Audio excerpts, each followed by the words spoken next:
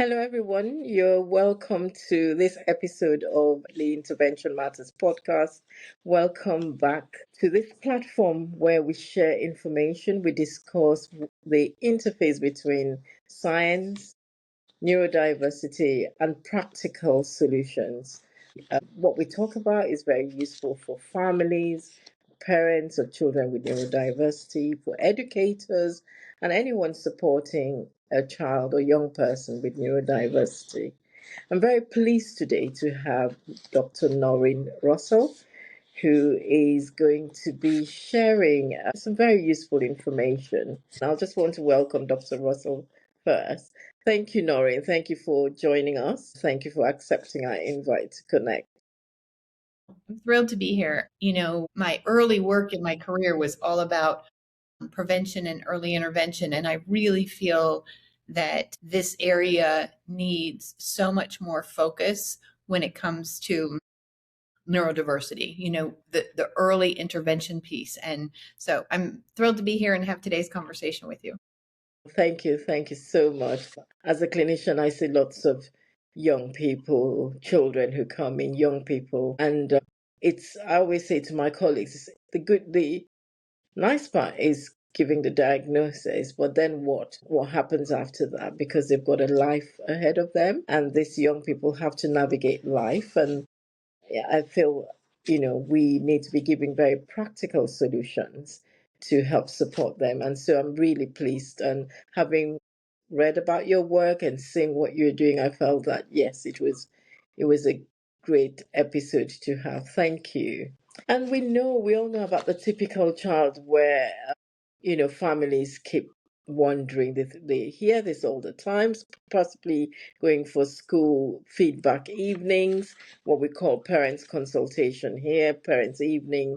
And they're told time and time again, your child is bright, the teacher knows it, parents know it, but somehow things don't get done, homework doesn't get done. Morning is a battleground, somewhere between the capable and collapsing. You stop recognizing the child in front of your parents are frustrated. They've got this battle to get on with the day, but they also have the battle of getting their child ready and getting the day. So we're really pleased that Dr. Russell has spent decades sitting with families, navigating this process. She's the founder of the largest student coaching practice in the United States, and she does understand this process, and she's going to help us talk through it. So, Dr. Russell, if you could introduce yourself and tell our audience a bit more about you, a bit more about your work. So, thank you. Yes. So I am the founder and the director of Russell Coaching for Students, and it is the largest student coaching practice in the United States, focusing on neurodiverse children and teens. And I have been doing this work for about 17 years. I have a PhD in psychology. Now, I am not a clinician and I am not a therapist. My background is in positive youth development, positive psychology, strengths, resiliency, everything that kids need in order to grow up into healthy adults. So I spent the first part of my career doing academia. Then I had a second career where I was doing applied work, nonprofit work. And then I had my son. And I think some of your listeners will relate to this story. He was complicated. And I found that a traditional job was not really a good fit with needing to be available for school meetings, doctor meetings, therapy meetings. And so it was about 17 years ago that I resigned from this job that I loved very much. And I had no idea what I was going to be doing, but I got a lot of referrals from the licensed clinical psychologist in town who said, "Can you work with this student? They don't really need therapy, but they need coaching and mentoring."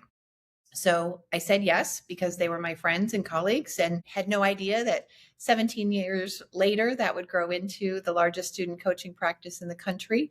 We've developed our methodology, connected coaching, and we see kids primarily in the United States, but about 5 to 10% of our population is international. So That's an amazing journey.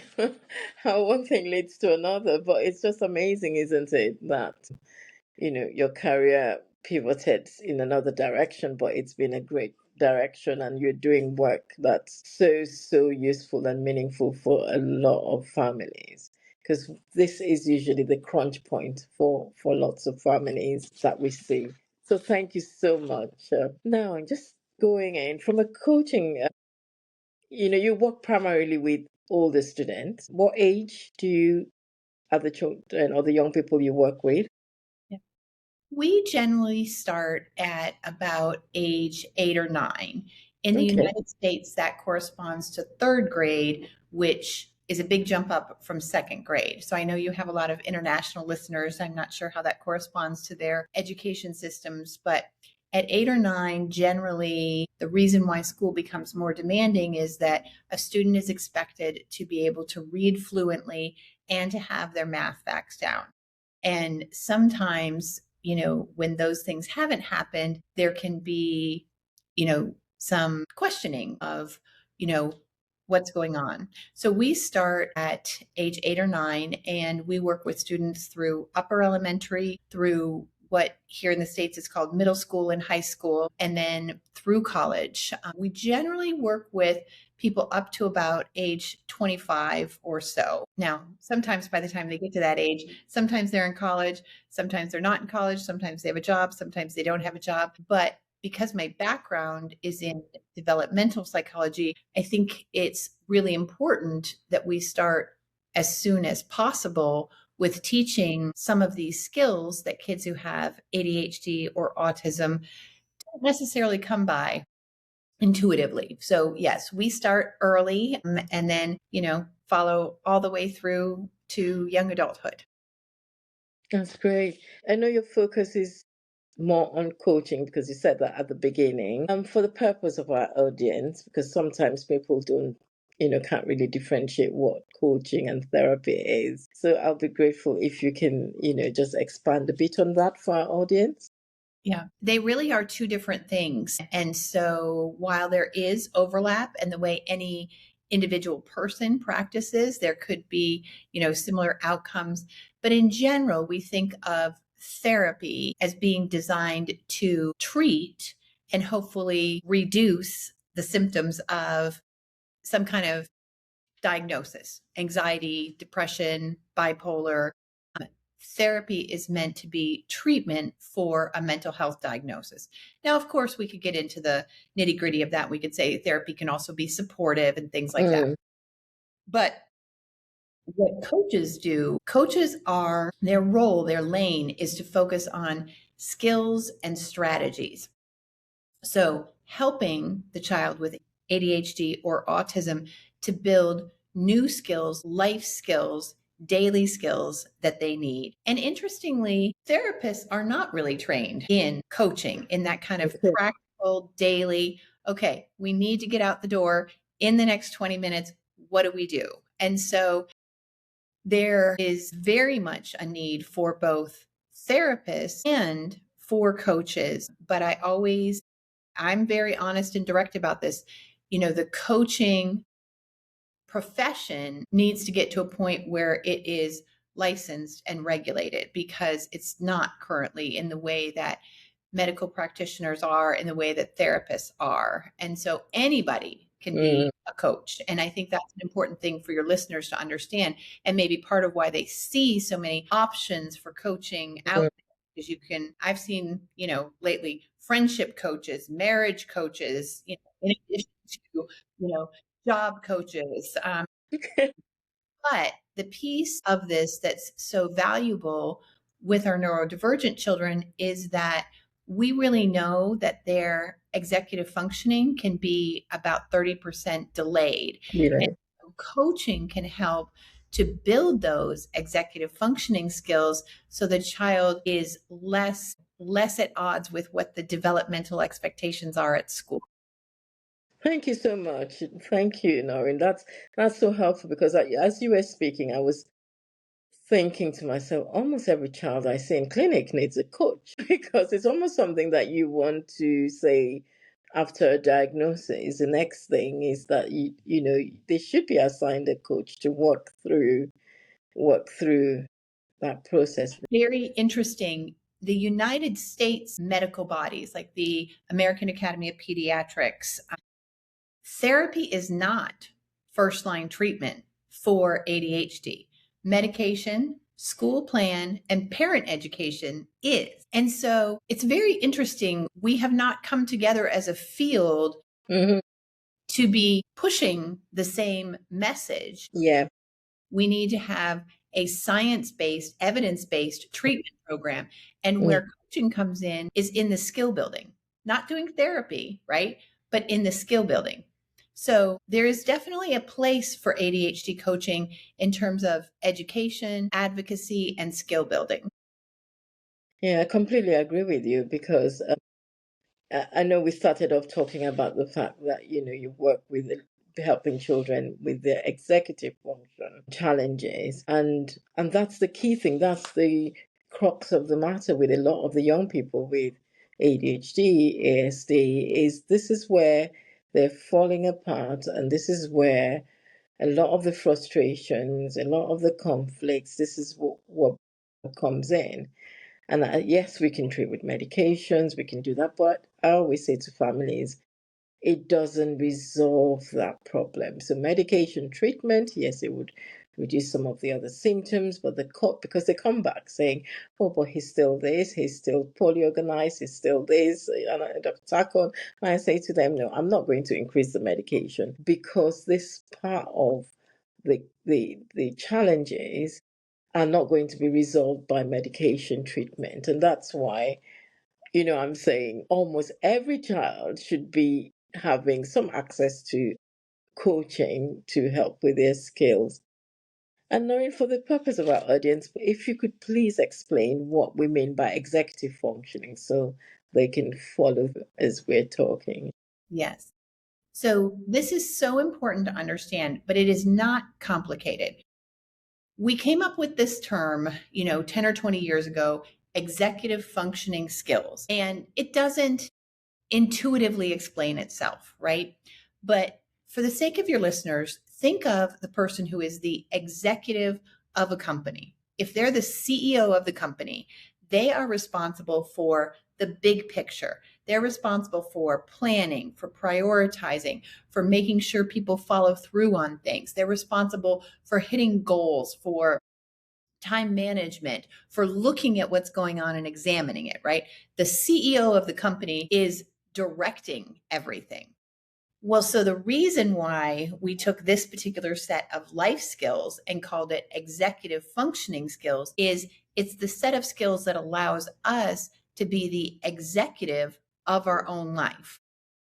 So things like working memory, impulse control, time management, planning, prioritization, all of those things are things that we need that are not school skills. They're not content information about history or math, but you still need this set of self regulation skills.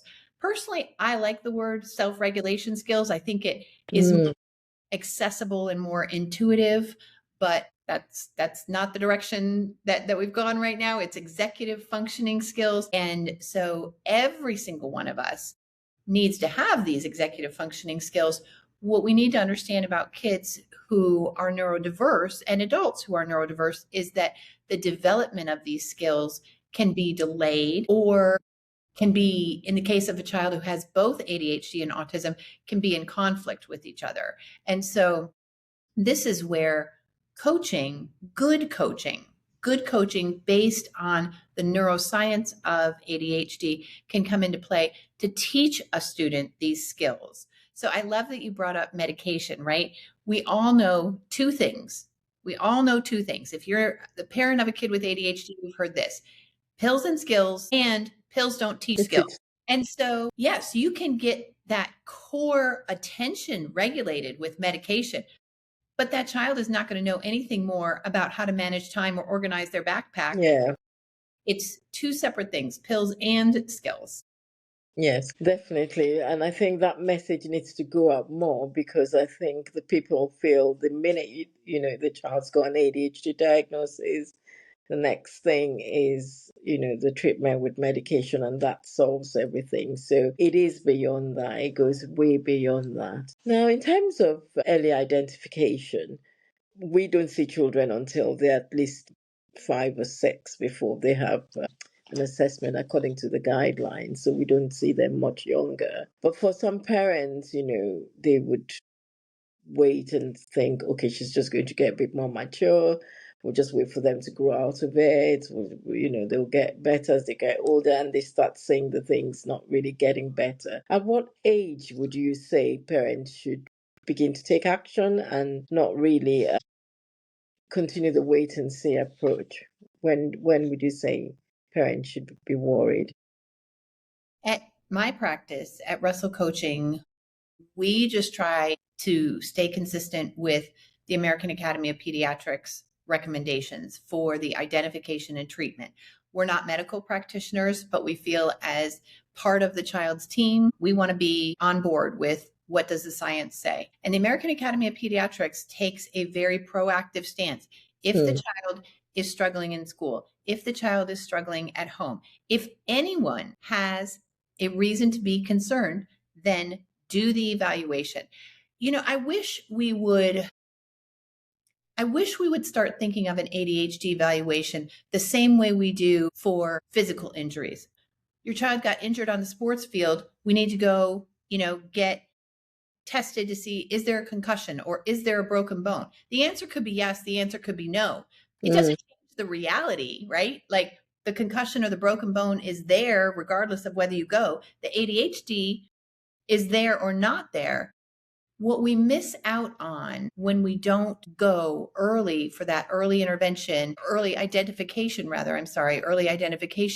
is that child can struggle in school during some very formative years. When a child does not learn to read in the early part of elementary school, it really pushes the rest of their school back into a disadvantaged place. And so whenever I speak with parents of younger kids and they're wondering and they're saying things like, well, I don't know, he's a boy, she's a summer birthday, I was just like that. That's what I hear a lot of the time. I was just like that.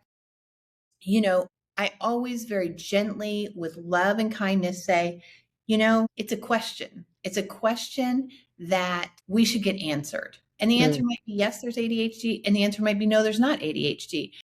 But it would be so much better to know if there is ADHD so that we can start early intervention because we've done early identification. And so I think it's very easy for parents to think it's just that teacher, it's just that school. I mean, I've run into parents, of course, along the way who have changed schools, changed placement. But ultimately, what helped was identification and treatment.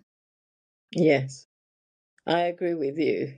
And I'm quite happy that you have these conversations with the families. What's usually their response?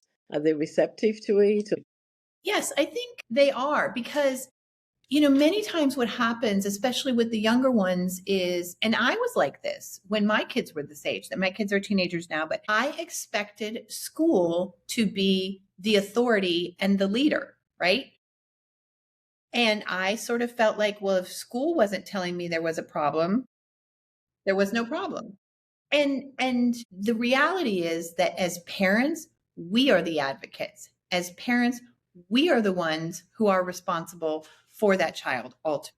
And so I think parents that I speak with are often relieved to hear someone say, you know what, let's just go talk to a professional, have them do an evaluation. Here are the different kinds of professionals who do those evaluations. This is what you're likely to learn. And I think they're very relieved to feel heard, that they're not crazy. I spoke to a mom this morning. She's like, everyone just says my daughter doesn't care. She says, the teachers say she doesn't care. Her father says she doesn't care, but I think she really does care. And I said, this is where doing the evaluation will help you to better understand your daughter and then help you advocate for what she needs at school. And so I think parents mostly are very relieved to have that conversation. Many parents are terrified of ADHD medication, but that's a follow-up conversation, right? That's a follow-up conversation. So I usually leave it at, let's go talk to a professional. Let's see what we need to learn. And I think parents feel validated. Yeah, so Noreen, one of the things that does happen is in the UK, once when a child is diagnosed, we have first line behavioral management, and then we see the child again, and if things haven't gotten better, we then introduce medication, except if they're severe at the onset, then we decide on medication treatment. But one of the difficulties is that this behavioral management or behavioral therapy or behavioral approach is a non-uniform approach because it all depends on where the child is. And mainly it's parent training. It's parent training. It's being making parents more aware about what ADHD is and knowing how to support their child. But it's not taking each child's needs into consideration. It's not looking into that child's specific needs. It's not something that's tailored to the child. It's just a generic parent training. And I see the difficulties that happens because I always feel this is not enough. You've got a child who's got their unique needs.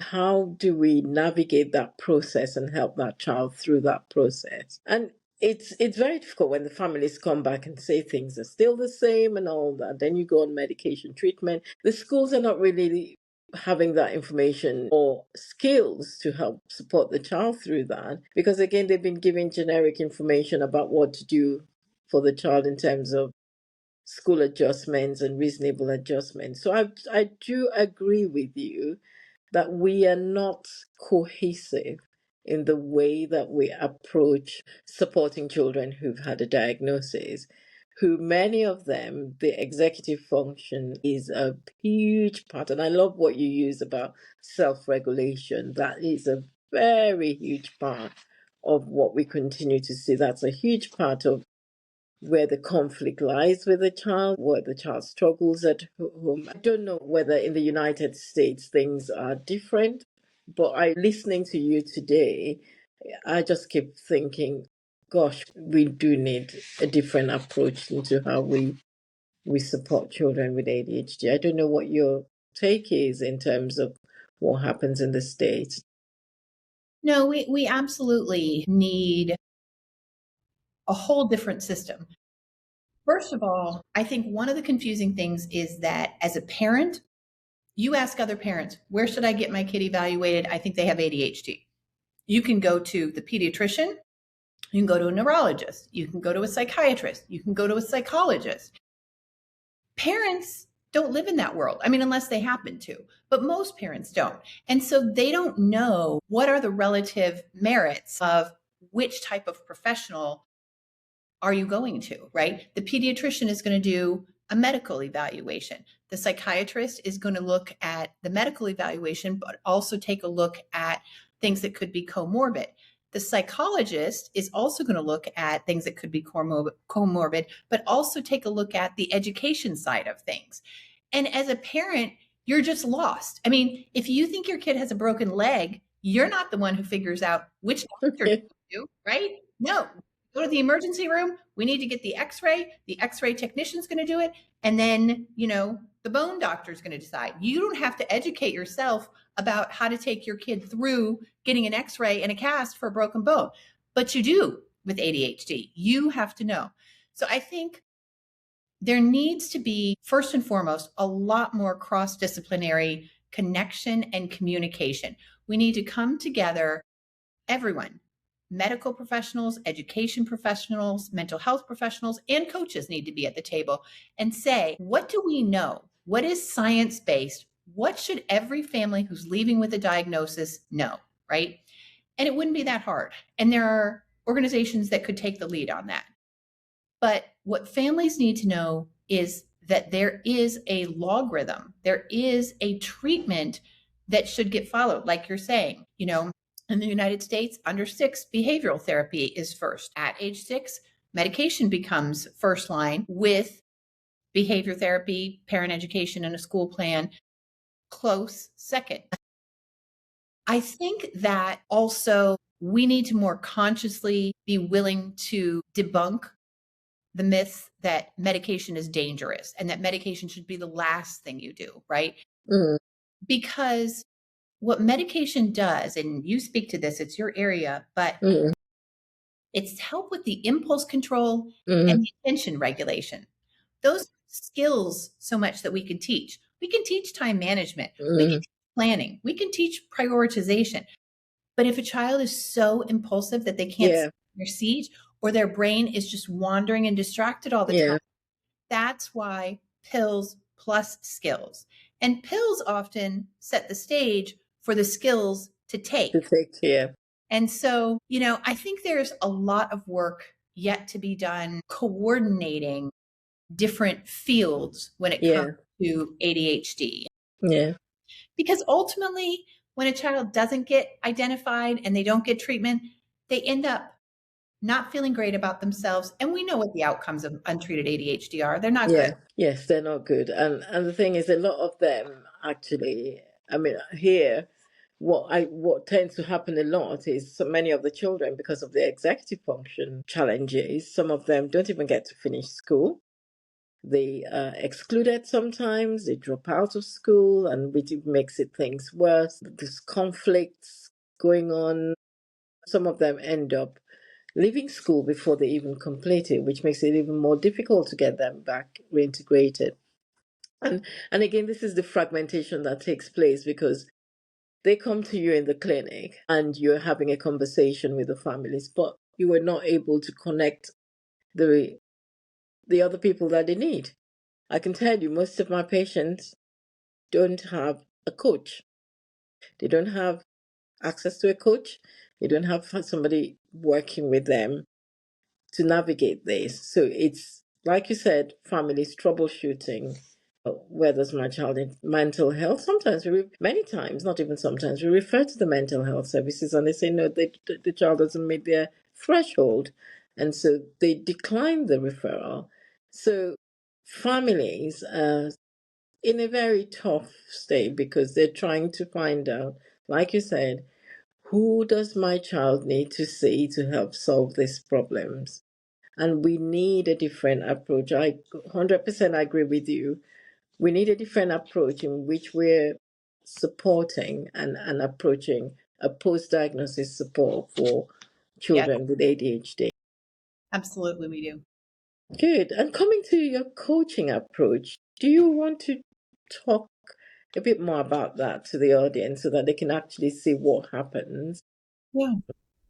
Yeah. So, in our coaching approach, we have first and foremost taken a team approach that, in the intake, we ask the parents to upload report cards, psychoeducational evaluations, any background information that is relevant for that child, because we need to know what has school been like? What is their physical health? What is their mental health?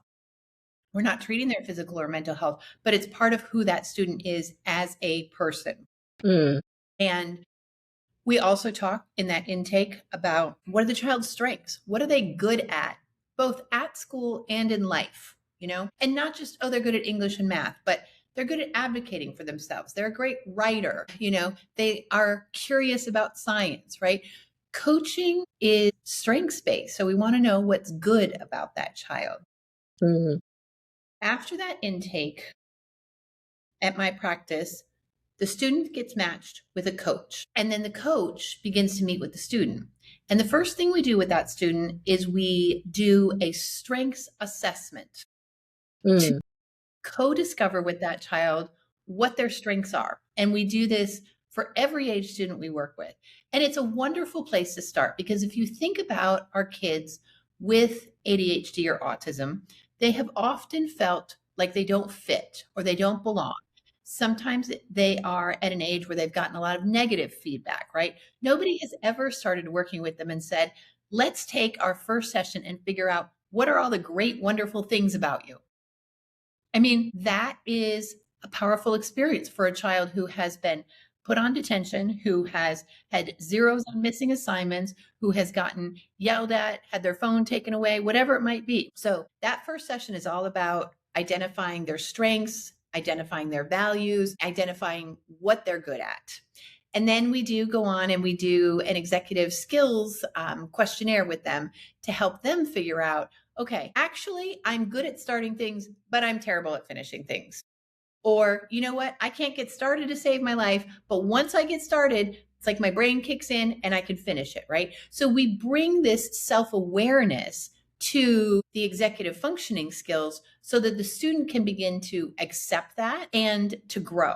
And it's done in a non-judgmental, kids aren't being graded, right? Like, okay, you're this survey. What do you think? Do you agree with this? Do you see this pattern in your life? And then from there, we work with the student to set goals and achieve goals. And generally speaking, our students are working on 2 academic goals and 1 personal goal. And yes, of course, what we want to see is better grades, right? More homework completion, passing grades. But you know what we want to see most of all? We want to see that student reconnect with their confidence, their self-esteem. We want that student to have a home life that is not all about school management, right? And parents yelling about homework. And we want that student to feel like they belong at school, right? And so we use this term connected coaching because we want the student to connect to themselves again, to connect to their family, and to connect to school. And so many of the students we get, even the younger ones, even middle school students, feel like, oh, I'm just not good at school. I'm not good at this. I can't do it. And so we want to connect them with the idea that, you know what, you can. And let's work together to develop the skills and the strategies that you need. That's interesting, and really, really good approach, because I'm just thinking about so many children that have been in my clinic this week, and I'm saying, oh my God, this is what I could I could easily have said to this child or this parent, this is what your child needs, because really that is what their child needs. Some children attended clinic yesterday, and they were verbally saying, I hate school. Oh, I don't want to go back there. And I was trying to explore with them, why do you hate school? And so I don't want to be there, this, that. And I just thought, oh my God, it's heartbreaking when you see a child of that age really voicing this negativity about the school space where they spend, a reasonable amount of hours in a day. Well, and, I don't know that much about, the education systems in the different, countries where you've worked, but I know here the teachers themselves are such great human beings, right? But the training that teachers get is all behavioral. Like, here are the consequences of your behavior. And the assumption is always the behavior is voluntary. The child could control it. They could focus. They could try harder. They could sit still. And so everything's behavioral. And it doesn't take a skill building or really even necessarily a relational approach. And we've got to change that in our teacher training system so that teachers come to understand that these aren't bad behaviors. These are symptoms of ADHD. I think what parents feel most of all is relieved and hopeful. That's what parents say to me. I feel hopeful again. So what we do after every coaching session is we send a very lengthy coaching note so that parent knows exactly what's going on. It's not superficial. It's not no problems this week. It's not, make sure Danny gets his homework done. It's not that. It's these are the strengths I saw in Danny this week. This is the skill Danny is working on. This is his goal for the week. And these are the concerns I have. And so parents, many times for the first time, feel like they're truly looped into what's happening with their child, right? I mean, we don't get that kind of information after, a couple years of primary school, right? We don't know on that level what's going on. And when you have a child who has ADHD or autism, you do have reason to worry. You have reason to be concerned. And so getting this kind of detailed feedback and then knowing that we will approach you if we feel like this is what we're seeing, and it might be worth a conversation with the doctor, or this is what we're seeing. And, if you could pass on these concerns to the child's therapist, or this is what we're seeing. When is the next school meeting for this child? Could we join you? Right? I think parents feel supported and hopeful, but it's a big commitment. I mean, because more often than not, we're the ones taking the lead on bringing the team together. But here's the thing, it's worth it. And it's the only way it works, right? And when you have a child who does have all of that intellectual, academic potential, and the thing that's getting in the way are their self regulation skills or their executive functioning, you want to help. Like, I want that kid to be able to, go to the technical high school they want to go to, or, to go to this college. And so to us, it's worth it. And I think the professionals who've gotten to know us over the last 17 years really value that we can bring data to them that informs their practice. I mean, think about your kids that you see in clinic. Wouldn't it be great if you could read, in between, let's say 3 months, in the United States, that's common. Every 3 months you would see your doctor for ADHD, check it.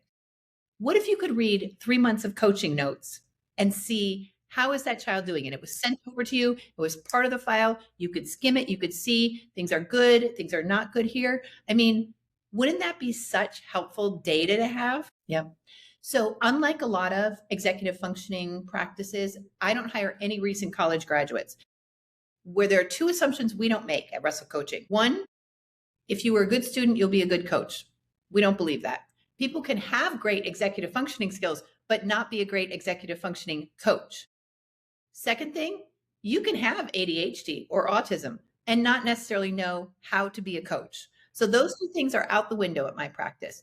I hire people who have 8 to 10 years of experience working directly with students in the classroom, in guidance, in special ed, in social services. I want that hands-on, feet on the ground, thousands of students background to bring to my practice. And then I train people internally because, again, coaching is unlicensed and unregulated. And so I don't care if you have some certificate from somewhere, you're a certified coach. Certified means nothing. Certified means somebody was willing to sell you a few hours of training, right?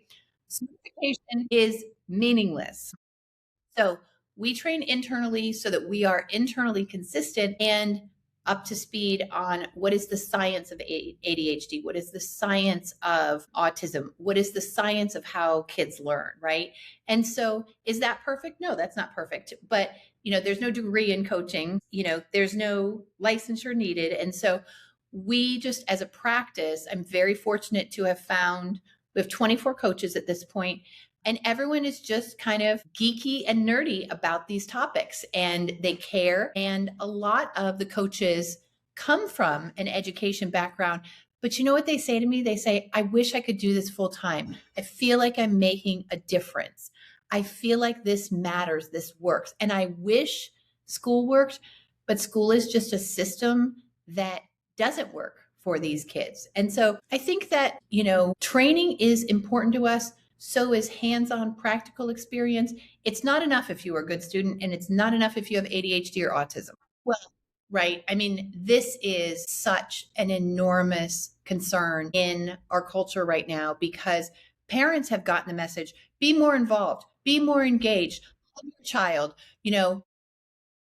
but we've gone in some ways too far with that and not far enough. I think that we have really changed parenting to where we value that social and emotional connection with our children. We value seeing our kids for who they are.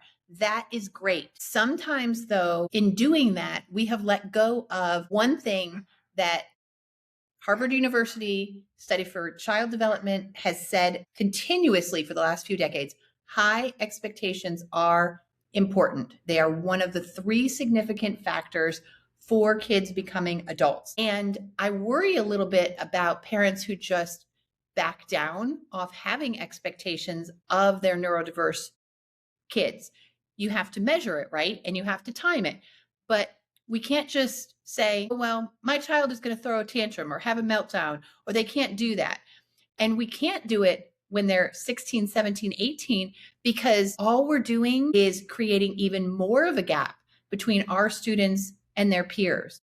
I am in no way saying this is easy, right? Your child will not pack for camp the same way you would pack them for camp. Your child will not clean the kitchen the same way you would clean the kitchen. I'll tell you, my personal one, I like when I do my laundry to turn my socks the right side out. I like to separate the darks from the whites. That's how I trained my children to do laundry. You know how my children do laundry now? They take the basket, they turn it over into the washing machine, and they start the washing machine. And you know what? I have to let go of it. I want it done my way, but the clothes are getting reasonably clean and they're not wearing dirty clothes. And we have to come to terms with this as parents and sort of redirect a little bit how involved we are. I think this is an area where social media has allowed parents to connect with other parents who are then solving their teenagers and young people's problems. My child can't get an internship. He's going to be in New Jersey for the summer. Can anyone help him find an internship? My daughter has an opportunity to go to New York. Does anyone have any leads on an apartment? No, no, no, no, no, no, no, no, no, no, no, no. High expectations and be the coach, be the consultant, but do not be the director. First and foremost, understand the science of ADHD and autism.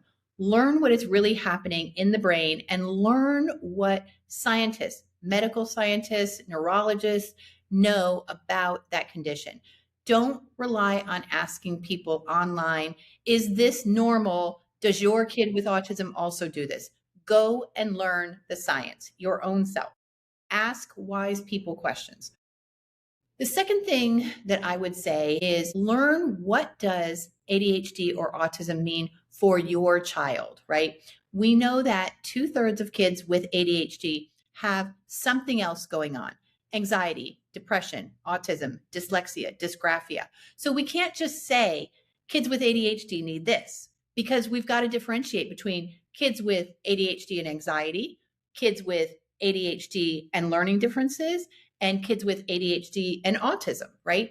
And so don't oversimplify ADHD down to, I stopped going on podcasts when people would ask me to come on and, can you do 10 tricks for better management of your ADHD kid? No, I'm not going to do that, because it's not consistent with what we know is needed, which is science and relationship and connection and the right school environment. I'm not going to do tips and tricks. That's not going to help. So, and then the thing I would say to parents is get a team, right? And get a team that you're going to feel good about, because this is hard. This is really hard stuff. And when you feel sad and discouraged and angry and resentful, those are normal feelings to have when you are a parent, first and foremost. But then when you are parenting a child with ADHD or autism who can be very resistant to requests, who can melt down, who can have intense emotions, it is hard. And find a team that can help support not just your child, but you also. It's been an honor to talk with you. It's so lovely to find someone who is passionate and knowledgeable and caring. And I will come back as often as I can be helpful to you. Thank you.